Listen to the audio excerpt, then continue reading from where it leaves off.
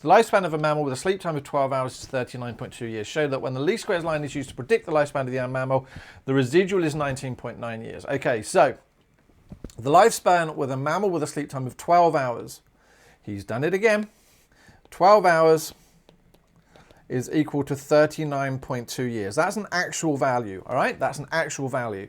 So what we now need to do is put that 12 hours back into my equation here.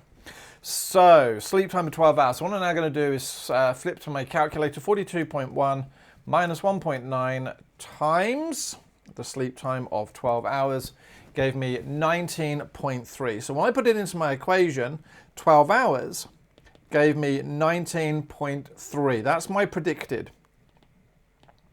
Right, so therefore we now know that the residual is equal to 39.2 is the actual minus the predicted, which gives me 39.2. And I'm doing this just to check because I'd hate to make a silly mistake. There we go, 19.9 years. Ka-ching. Thank you very much.